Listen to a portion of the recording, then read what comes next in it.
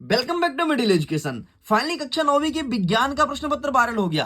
हाँ, मुझे पता है तुम्हें सुनकर के आश्चर्य हो रहा होगा, मुझे भी हो रहा था। लेकिन जब मैंने इसे ओपन करके देखा तो कुछ ही क्वेश्चंस वायरल हुए थे।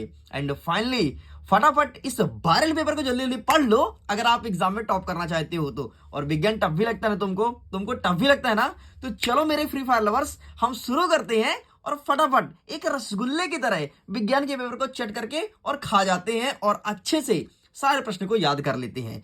देख लो कुछ इस प्रकार से आपका इंटरफेस है। एंड सचमुच भाई I can not believe this कि अभी से वायरल हो सकता है, बट ठीक है, अगर वायरल हो गया तो हम इसका फायदा सबसे पहले उठाएंगे। एंड यही वीडियोस थोड़ी देर बाद हो सकता है तुम्हें different types of YouTube channel पर देखने को मिले, लेकिन सबसे पहले मिडिल एजुकेशन लेकर के आया है तो एक लाइक तो बनता है। तो चलो फिर हम फटाफट जल्दी जल्दी शुरू करते हैं। प्रश्न क्रमांक 6, इसे फटाफट मैं थोड़ी जूम कर लेता हूं ताकि आपका नजर केवल और केवल क्वेश्चन पे होना चाहिए। तो देखो प्रश्न क्रमांक 6 से ही अभी वायरल हुआ है, अभी आगे पीछे क्वेश्चंस नहीं आए हैं। एंड जितने भी क्वेश्चंस वायरल हैं फटाफट हम इसे कवर कर लेते हैं और अभी से याद कर लेते हैं ताकि बाद में हमें दिक्कत ना जाए। हमारा 6वां नंबर कहता है कि मिश्र धातु किसे कहते हैं, ये एक मिश्र धातु का नाम लिखो। तो सिंपल सा, दो या दो से अधिक धातु को जोड़ने पर मिश्र धातु का निर्माण होता है। एंड एक मिश्र धातु पूछा है तो आप लिख सकते हो पीतल या फिर आप इस्पात, कुछ भी लिख सकते हो। नेक्स्ट हमारा कहता है कि असमान गति किसे कहते हैं। अच्छे से आंसर चाहिए तुमको, ये रहा आंसर, टेक अ स्क्रीनशॉट। आगे बढ़ते हैं। नेक्स्ट हमारा कह रहा है कि असमान गति किसे कहते हैं, यह प्रश्न पूछा गया है। तो यदि कोई वस्तु समान समय अंतराल में असमान दूरी तय करती है उसे कहते हैं असमान गति। तो ये रहा आपके सामने आंसर, टेक अ स्क्रीनशॉट। आगे बढ़ते हैं। प्रश्न क्रमांक 9 कह रहा है कि माइटोकॉन्ड्रिया का चित्र बनाना है भाई साहब आपको। एंड यहीं पर प्रथम कह रहा है कि माइटोकॉन्ड्रिया को कोशिका का ऊर्जा ग्रह क्यों कहा जाता है। तो चित्र तो आप लोग अपने बुक से देख लेना, हम आपको दिखा देते हैं कोशिका का ऊर्जा ग्रह क्यों कहा जाता है।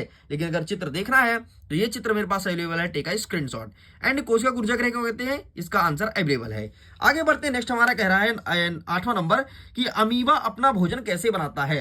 एंड यहीं पर अथवा पूछा गया है कि विलियन किसे कहते हैं। तो आइए हम देखते हैं कि अमीबा अपना भोजन कैसे बनाता है। ये रहा आंसर, जल्दी जल्दी स्क्रीनशॉट ले लो, कम समय में हम पूरा कंप्लीट कर देंगे। बाकी अगर इस वायरल पेपर के पीडीएफ को डाउनलोड करना है ना, पीडीएफ को डाउनलोड करने के लिए लिंक डिस्क्रिप्शन बॉक्स में दिया गया है, जल्दी जाकर के चेकआउट करो और अपने इस पीडीएफ को डाउनलोड करो। आगे बढ़ते हैं। 9वां नंबर कहता है कि जंतु कोशिका का चित्र बनाइए।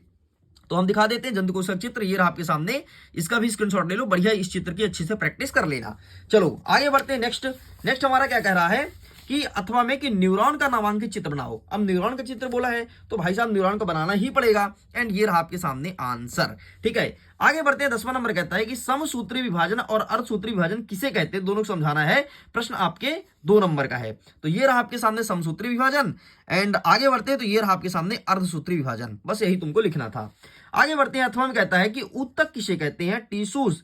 तो ऊतक समान उत्पत्ति, संरचना और कार्य को करने वाली कोशिका के समूह को कहा जाता है, ये तुम्हें लिखना है। आगे बढ़ते हैं। 11वां नंबर कह रहा है कि औसत चाल किसे कहते हैं, ठीक है। तो ये रहा आपके सामने, क्या लिखोगे, किसी दिए गए समय अंतराल में वस्तुओं द्वारा चली गई कुल दूरी उस समय अंतराल के अनुपात को औसत चाल कहा जाता है।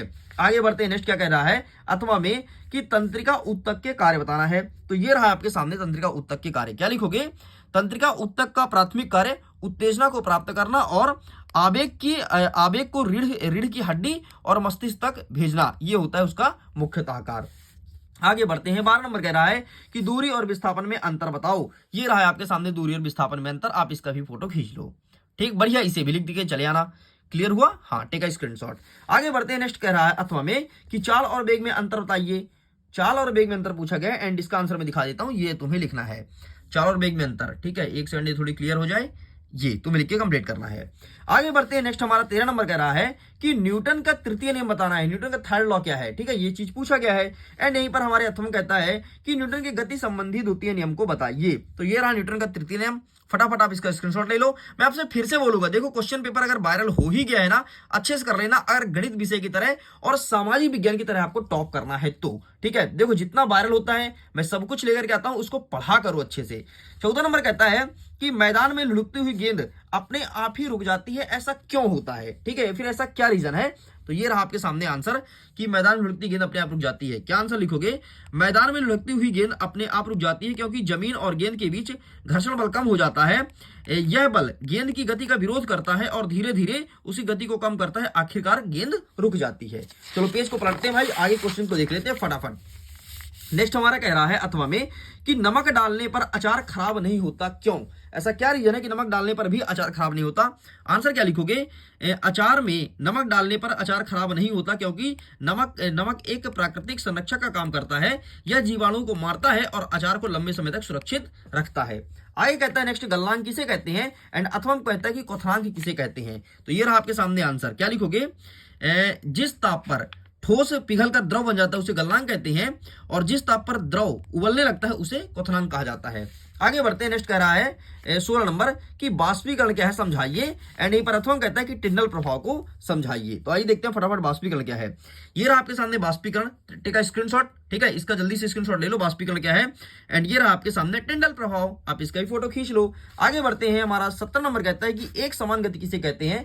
मतलब एक समान समय अंतराल में समान दूरी अगर तय करता है उसे कहते हैं एक समान गति। जैसे तुम अपने घर से स्कूल के लिए जा रहे हो तो तुमको स्कूल जाने के लिए 5 मिनट लगता है, ठीक है, और उसी 5 मिनट से अगर तुम स्कूल से घर रिटर्न आते हो तो जो तुम्हारी दूरी है वो एक समान है, मतलब समान समय अंतराल में समान दूरी तय कर रहे हो। लेकिन अगर ऐसे आ रहे हो, कहीं रुक रहे हो, फिर कहीं गाड़ी खूब तेज चलाए, फिर रुक गए, फिर तेज चलाए, फिर रुक गए, है ना, वो लड़के आजकल चलाते हैं ना हुक हुक करके, तो वो असमान गति कहलाएगा। अथवा कहता है कि त्वरण किसे कहते हैं? आइए मैं त्वरण का आंसर दिखाता हूं। ये रहा आपके सामने त्वरण, ठीक है, स्क्रीनशॉट, बढ़िया त्वरण का भी आपको स्क्रीनशॉट ले लेना है। आगे बढ़ते हैं। नेक्स्ट कह रहा है 18 नंबर पादप कोशिका और जंतु कोशिका में अंतर बताना है। एंड इसके बाद में कहता है कि धातु और अधातु में अंतर बताइए। तो ये रहा आपके सामने पादप कोशिका और जंतु कोशिका, ठीक, तो आप इसका स्क्रीनशॉट ले लो भाई साहब। क्लियर हुआ? क्या विजुअल है आपको? ये रहा, ठीक है। एंड नेक्स्ट क्या कह रहा है कि धातु और अधातु में अंतर, तो ये रहा आपके सामने। आगे बढ़ते हैं। नेक्स्ट हमारा क्या कह रहा है कि गाल्जी का उपकरण को समझाइए। एंड यहीं पर अथवा कहता है कि जाइलम और फ्लोएम में अंतर लिखो, ठीक है। बहुत ही अच्छे अच्छे क्वेश्चन हैं भाई, सारे क्वेश्चन को बेहतरीन ढंग से प्रिपेयर करते जाओ। बाकी ये बाद में क्लियर होगा कि ये वायरल पेपर आपके एग्जाम में आ रहा है या नहीं आ रहा है, मतलब एग्जाम के पहले मैं क्लियर कर दूंगा, डोंट वरी। लेकिन अभी आप कर लो क्योंकि अभी वायरल है और मुझे देखने में भी लग रहा है ना। तो भरोसा करते हो, गणित में आपको टॉप कराया ना, सोशल साइंस में आपको टॉप किया ना, ठीक, ऐसे ही इसकी बारी है, ठीक है। तो गाल्जी का जल्दी से देख लो इसको फटाफट, ठीक है, जल्दी से देख लो। ये रहा, एंड ये रहा आपके सामने जाइलम और फ्लोएम में अंतर, ठीक है, स्क्रीनशॉट। आगे बढ़ते हैं। कह रहा है कि दूध से क्रीम को पृथक्करण कैसे करते हैं? ये प्रश्न है 4 नंबर का। अब 4 नंबर के क्वेश्चन आने लगे हैं। एंड अथवा कहता है कि एक बस की गति 5 सेकंड से 80 किलोमीटर प्रति घंटा से चल करके 60 किलोमीटर प्रति घंटा हो जाती है, तो बस का त्वरण ज्ञात करना है, ठीक है, त्वरण ज्ञात करना है। ये रहा आपके सामने ऊपर वाला आंसर, सबसे पहले दूध वाला, ठीक है, आप इसका स्क्रीनशॉट ले लो, छोटा सा आंसर मेरे पास अवेलेबल था। एंड ये रहा आपके सामने सवाल। आगे बढ़ते हैं। नेक्स्ट कहता है 21 नंबर कि क्लोरोप्लास्ट का नामांकित चित्र बनाना है। एंड अथवा कहता है कि गति में परिवर्तन की दर को किया जाता है, ठीक है। तो ये रहा क्लोरोप्लास्ट का चित्र आपके सामने, इसका फोटो खींच लो। एंड गति वाला ये रहा आपके सामने, तो आप इसका ही फोटो खींच लीजिए। स्टूडेंट्स 21 तक ही वायरल हुआ है। एंड जैसे ही आगे क्वेश्चंस मुझे मिलते हैं मैं आपके सामने रखूंगा।